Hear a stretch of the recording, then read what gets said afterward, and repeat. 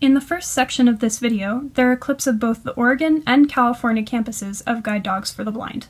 There are also images that show Canine Welfare Training Technicians performing their daily tasks, happy dogs enjoying Kong toys, peanut butter bones, and snuggle time with CWTTs, and several CWTTs sharing their favorite things about recall.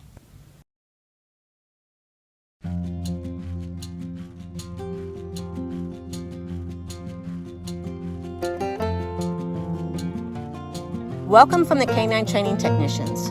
We are mostly referred to as CWTTs for short. We would like to give you a brief overview of who we are and what we do here on campus. Yes, it's true, we are part of the training department.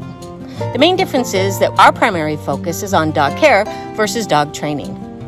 Most of the people in our department go on to become instructors, but many also choose to remain in the Canine Welfare Department for their career.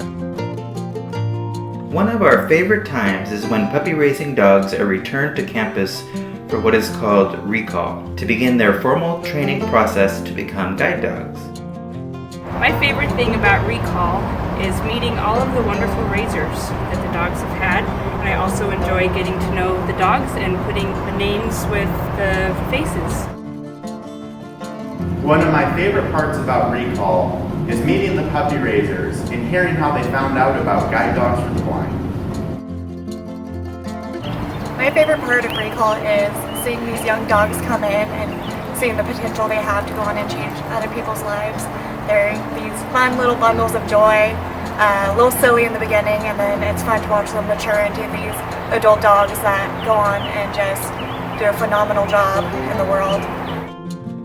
We are the first ones you will see on campus as you check in your dog.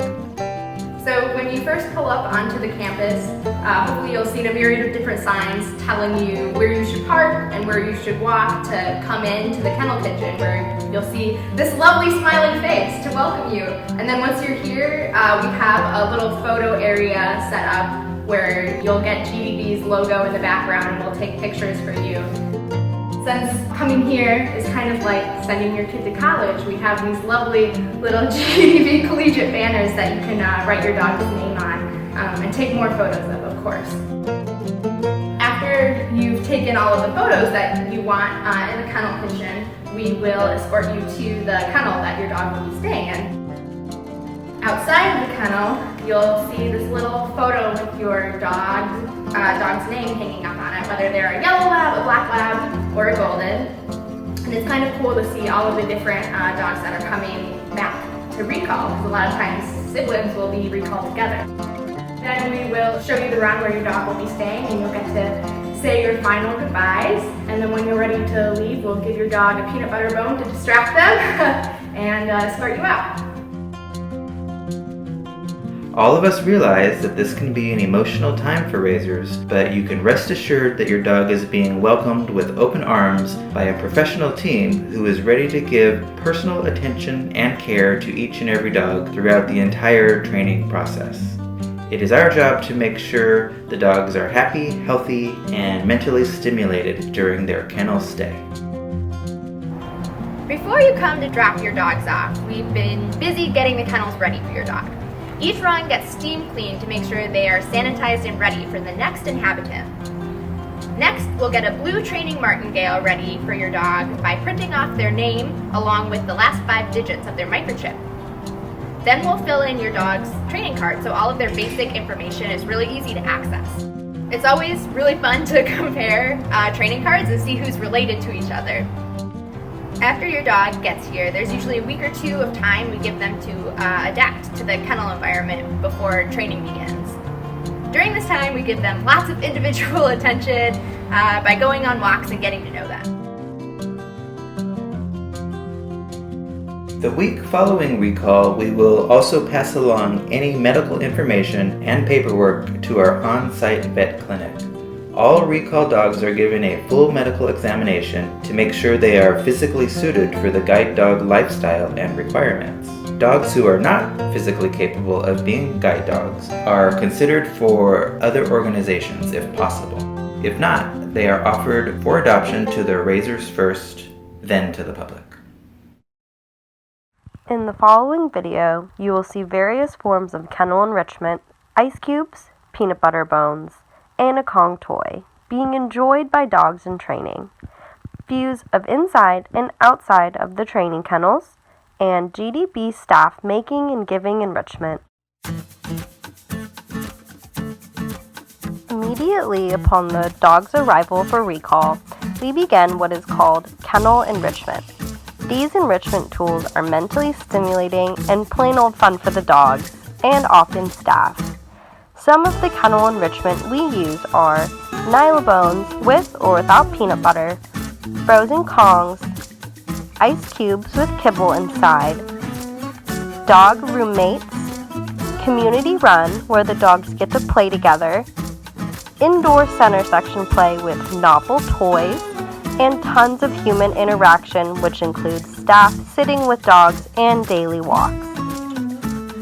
So I wanted to talk a little bit about enrichment, which is something that's really fun for the dogs. We like to keep them mentally stimulated with different types of food enrichment, Kongs or puzzle bowls or ice cubes. Another thing that we do is we use a lot of scent enrichment. So different smells and odors will go and we'll spray through the kennel so they can have peppermint or lavender or different smells while they're settling in their kennel run.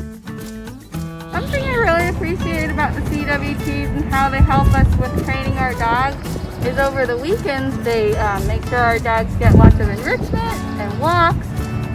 It really helps also practice more tie-down behavior and give them a little mental break, and then they're fresh and ready to go on Monday when we come back in. Community running is great because we bring all the dogs together with some bones and they just get to run and play.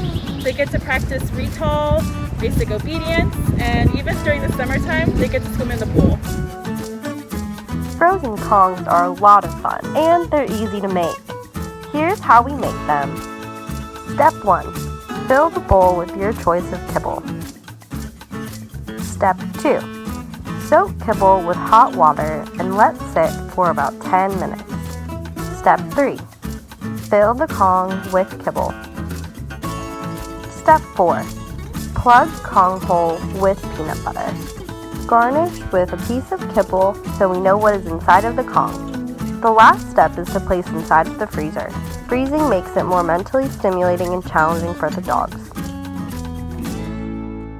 The following section contains videos of dogs walking on campus, receiving weekly health checks, enjoying a peanut butter bone, cuddles on tie-down with CWTTs, and daily tasks that a CWTT does on campus. The section also contains interviews of CWTTs and instructors about their own experience with Dog Day. The CWTT staff will help the dogs keep their manners by putting on their head collars, stopping at curbs and stairs, and ensuring the kennel environment is calm and quiet. All dogs will receive a weekly general health check, which includes looking at their eyes, ears, skin, feet, belly, and mouth. It's always fun to watch a dog come in for recall, ready to start their training, and then watch them progress throughout their time here at GDB. When you see the dog graduate with their new partner and watch the independence that they give, I think that's the best part that you can see throughout your time here as a CWTT. My favorite part about Dog Day is watching the dogs progress from week 1 all the way through training, and I get to give them a nice bath so they're ready to go meet their client, and 2 weeks later I get to watch them graduate, and it's so heartwarming. It's nice to see such a young, eager dog coming in at the beginning of recall and watching them progress through all the different phases of training and eventually becoming a working guide dog that is going to change somebody's life. Dog Day is such a special day for not only the dogs but the staff. We get to see them go on to be guide dogs, and it's great seeing them change somebody's life. The thing I like most about Dog Day is seeing all the hard work that everybody put into these dogs, from the puppy raisers to the instructors, come to fruition to really help someone gain independence. I just love seeing the dogs on Dog Day. They're so happy. They get their baths, they get groomed, they're just ready to go out, and you can just see that how much they've progressed, and it's really cool to see them matched with their person.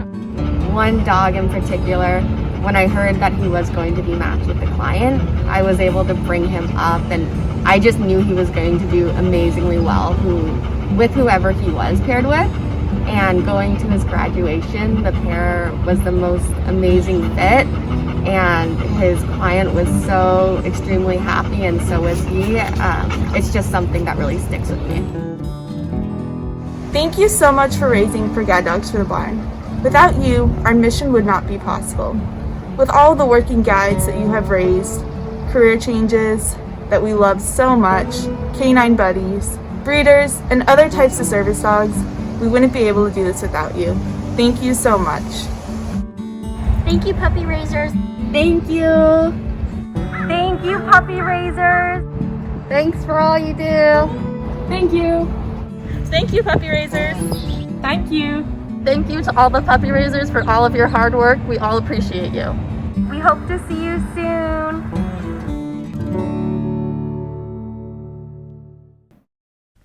For more information, please visit our website at guidedogs.com or give us a call at 800-295-4050.